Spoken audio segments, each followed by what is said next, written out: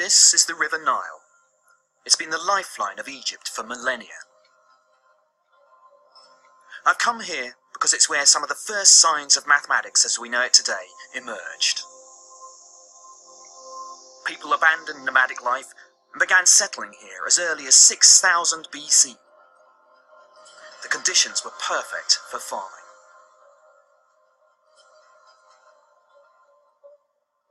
The most important event for Egyptian agriculture each year was the flooding of the Nile.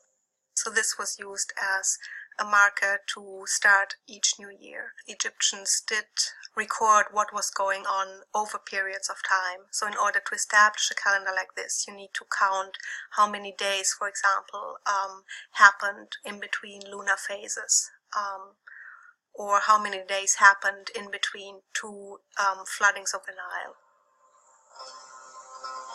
Recording the patterns of the seasons was essential not only to their management of the land, but also their religion.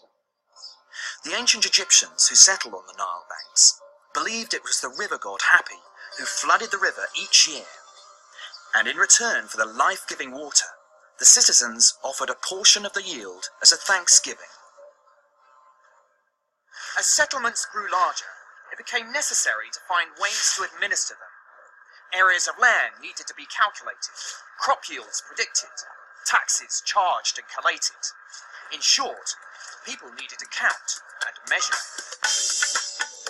The Egyptians used their bodies to measure the world, and it's how their units of measurement evolved. A palm was the width of a hand, a cubit an arm length from elbow to fingertips.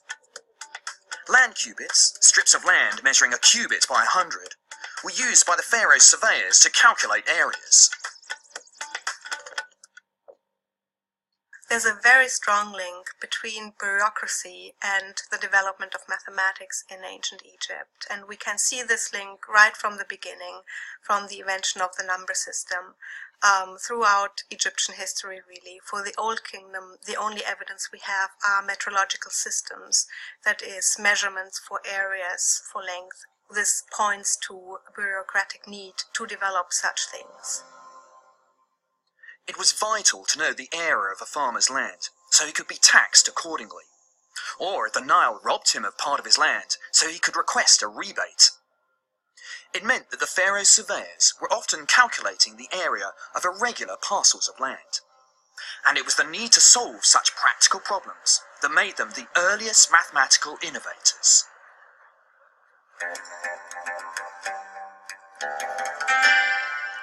The Egyptians needed some way to record the results of their calculations.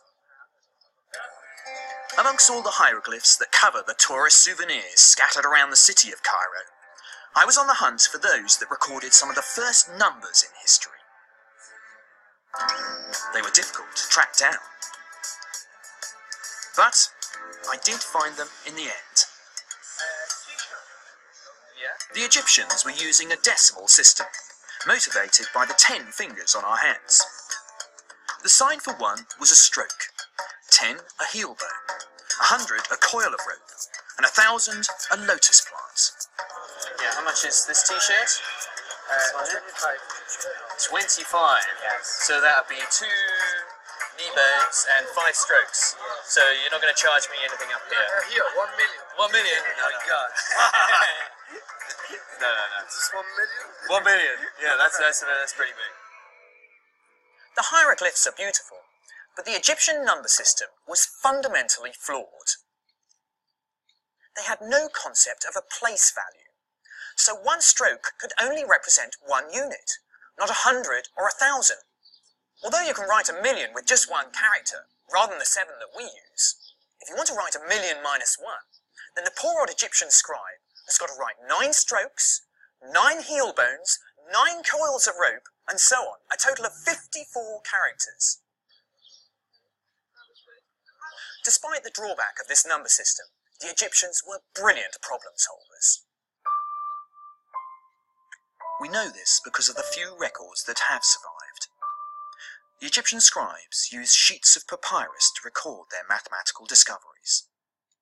This delicate material made from reeds decayed over time, and many secrets perished with it.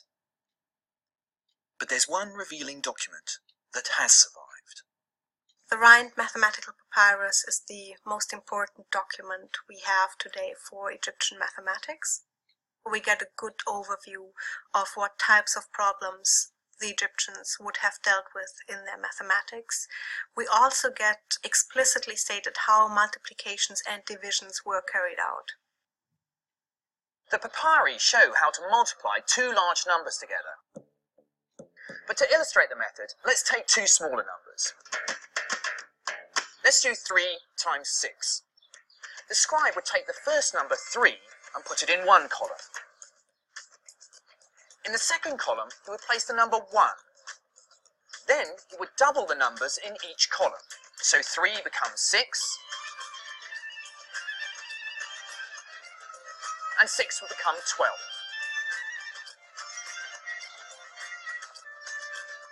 And then in the second column, 1 would become 2, and 2 becomes 4. Now here's the really clever bit. The scribe wants to multiply 3 by 6. So he takes the powers of 2 in the second column, which add up to 6. So that's 2 plus 4. Then he moves back to the first column and just takes those rows corresponding to the 2 and the 4. So that's 6 and the 12. He adds those together to get the answer of 18. But for me, the most striking thing about this method is the scribe has effectively written that second number in binary. 6 is 1 lot of 4, 1 lot of 2, and no units, which is 1, 1, 0. The Egyptians have understood the power of binary over 3,000 years before the mathematician and philosopher Leibniz would reveal their potential. Today, the whole technological world depends on the same principles that were used in ancient Egypt.